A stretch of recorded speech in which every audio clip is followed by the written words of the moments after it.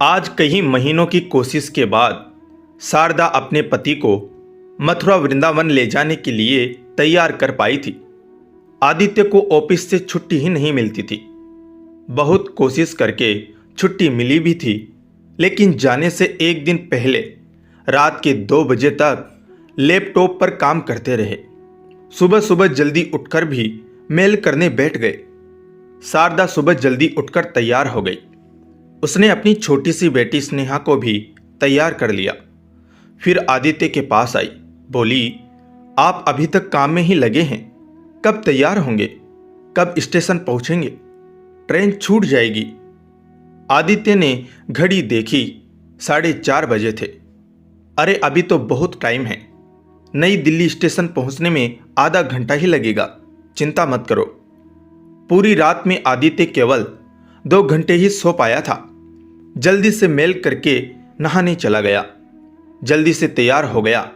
देखा तो घड़ी में 5:30 बज चुके थे। शारदा, मैं कैब बुक कर रहा हूं, तुम दोनों जल्दी से नीचे आ जाओ। तीनों कैब से नई दिल्ली स्टेशन पहुंचे, लेकिन सुबह सुबह इतनी भीड़ थी कि कैब ने 2 किलोमीटर पहले ही उतार दिया। जाम लग रहा था। वहां से बैग लेकर स्टेशन पहुंचे तो देखा ट्रेन छूट गई। यह देखकर शारदा को गुस्सा आ गया। उसने कहा, क्या फायदा हुआ छुट्टी ली, फिर भी ऑफिस का काम करते रहे। कहीं जाना हो तो ऑफिस वाले पीछा ही नहीं छोड़ते। एक काम करो, मुझे घर छोड़ दो और ऑफिस चले जाओ। आदित्य बोला, गुस्सा मत हो, नेक काम के लिए जा रहे हैं, यह सब परेशानियां आती रहती हैं। एक काम करते हैं, बस से चलते हैं। तीनों कैब से बस अड्डे पहुंच जाते हैं। वहां मथुरा के लिए यूपी रोडवेज की एक बस में चढ़ जाते हैं। सीट तो मिल जाती हैं, लेकिन बस की कंडीशन इतनी खराब थी कि लग रहा था पता नहीं कैसे मथुरा पहुंचेंगी। तीनों बस में बैठ गए। करीब 1 घंटे इंतजार करने के बाद बस भर गई और चल दी। बस की स्पीड से ऐसा लग रहा था जैसे शाम तक मथुरा पहुंचा देगी। आदित्य ने कहा, कंडक्टर साहब, कब तक पहुंचेंगे मथुरा? कंडक्टर बोला कि 3.5 घंटे लगेंगे। तीनों बैठे बैठे परेशान हो रहे थे। शारदा बोली, थोड़ा सा काम छोड़ देते तो ट्रेन पकड़कर अब तक पहुंच जाते। डबल किराया भी लग गया और गर्मी से परेशान हो रहे हैं वह अलग से। आदित्य ने कहा, अब बस भी करो, किसी तरह पहुंच जाए बस। मंदिर में दर्शन करने जा रही हो, शांत मन से चलो। बस को चले अभी केवल 1 घंटा ही हुआ था कि मेन हाईवे से गाड़ी एक और मुड़ गई। देखा तो सामने एक ढाबा था। ढाबे पर बस रुकने से और लेट हो जाएंगे, लेकिन कर भी क्या सकते थे। तीनों नीचे उतरकर सामने पड़ी मेज कुर्सी को देखकर उस पर बैठ गए।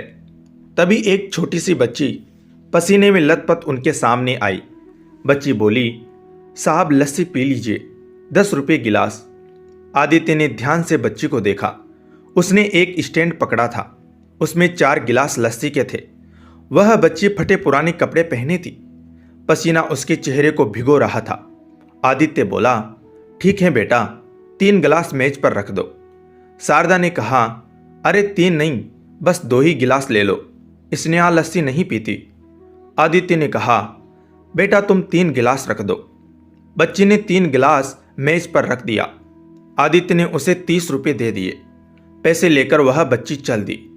आदित्य ने उसे रोका। आदित्य ने कहा, रुको बेटी, ये 1 गिलास तुम्हारा है, बहुत गर्मी है, तुम लस्सी पी लो। बच्ची बोली, नहीं साहब, मैं नहीं पी सकती। मैं ऐसा करती हूँ, आपके 10 रुपये वापस कर देती हूँ। आदित्य ने कहा, नहीं, पैसों की ज़रूरत नहीं, तुम पी लो, तुम्हारे मालिक को तो पैसों से मतलब है ना। बच्ची बोली, नहीं साहब, अगर उसने मुझे यहाँ खाली खड़े देख लिया तो बहुत मारेगा। जब भी बस आती हैं हमें भाग भाग कर लस्सी बेचनी पड़ती हैं। आदित्य ने कहा, कुछ नहीं होगा, मैं उससे बात कर लूँगा। शारदा बोली, रहने दो ना, क्यों उसके पीछे पड़े हो, हमें इससे क्या मतलब। आदित्य ने कहा, ध्यान से देखो, यह हमारी स्नेहा से 1 या 2 साल बड़ी होगी, लेकिन किस्मत कि इस उम्र में इतनी मेहनत कर रही हैं। बच्ची चुपचाप जल्दी जल्दी लस्सी पीने लगी। आधा गिलास पीकर उसने कहा, साहब मेरा छोटा भाई वहां पेड़ के नीचे बैठा है, आप कहें तो ये लस्सी मैं उसे पिला दूं। आदित्य ने कहा, तुम ये लस्सी पी लो और ये चौथा गिलास उसे दे आना, मैं इसके भी पैसे दे दूंगा। बच्ची ने जल्दी से लस्सी खत्म की और एक गिलास दूर पेड़ के नीचे बैठे अपने छोटे भाई को दे आई। तभी ढाबे का मालिक बाहर आ गया। मालिक ने कहा, क्यों काम के टाइम पर इधर उधर घूम रही हैं? सारी लस्सी खराब हो रही है, तेरा बाप बेचेगा उसे। आदित्य बोला, इसे मैंने रोका था, तरस खा छोटी बच्ची पर, इतनी गर्मी में काम कर रही हैं। मालिक बोला, साहब आप जाओ, यह हमारा रोज का काम है। इसका भाई भी नखरे करता था, मैंने हाथ पैर तोड़ दिए, अब बैठकर भीख मांगता है। आदित्य को बहुत गुस्सा आया, लेकिन वह पत्नी और बच्ची के कारण चुप रह गया। बच्ची ने कहा, मालिक गुस्सा मत करो, मैं अभी लस्सी बेच देती हूं। दोनों चले गए। आदित्य ने फोन पर किसी से बात की। कुछ ही देर में उस इलाके के पुलिस इंस्पेक्टर 4 पुलिस वालों के साथ वहां आ गए। बच्चों से काम करवाने के कारण ढाबे के मालिक को गिरफ्तार कर लिया। बच्ची बोली, साहब ये क्या किया, आपने हमारी रोजी रोटी ही छीन ली, अब तो लगता है हम भूखे मर जाएंगे। शारदा को कुछ समझ नहीं आ रहा था कि यह सब क्या हो रहा है। आदित्य ने बच्ची और उसके भाई को अपने साथ बस में चढ़ा लिया। 3 घंटे बाद बस मथुरा पहुंच गई। मथुरा पहुंचकर आदित्य ने पता किया, एक अनाथ आश्रम में बच्ची और उसके भाई को जगह मिल गई, जहां दोनों पढ़ भी सकेंगे और रहना खाना सब आश्रम की ओर से होगा। वहां जाते ही आश्रम की ओर से दोनों को नए कपड़े मिल गए। वहां से निकलते समय बच्ची ने आदित्य के पैर पकड़ लिए। बच्ची बोली, साहब आपका बहुत शुक्रिया, वहां बहुत मार पड़ती थी। आदित्य ने कहा, बेटा यहां मन लगाकर पढ़ना, वैसे मैं तुम दोनों से मिलने आता रहूंगा। वहां से बाहर निकले तो शारदा ने कहा, अब तो सारे मंदिर भी बंद हो गए, शाम को ही खुलेंगे, फिर घर वापस जाने में बहुत देर हो जाएगी, आना ही बेकार हो गया, बिना दर्शन करे जाना पड़ेगा।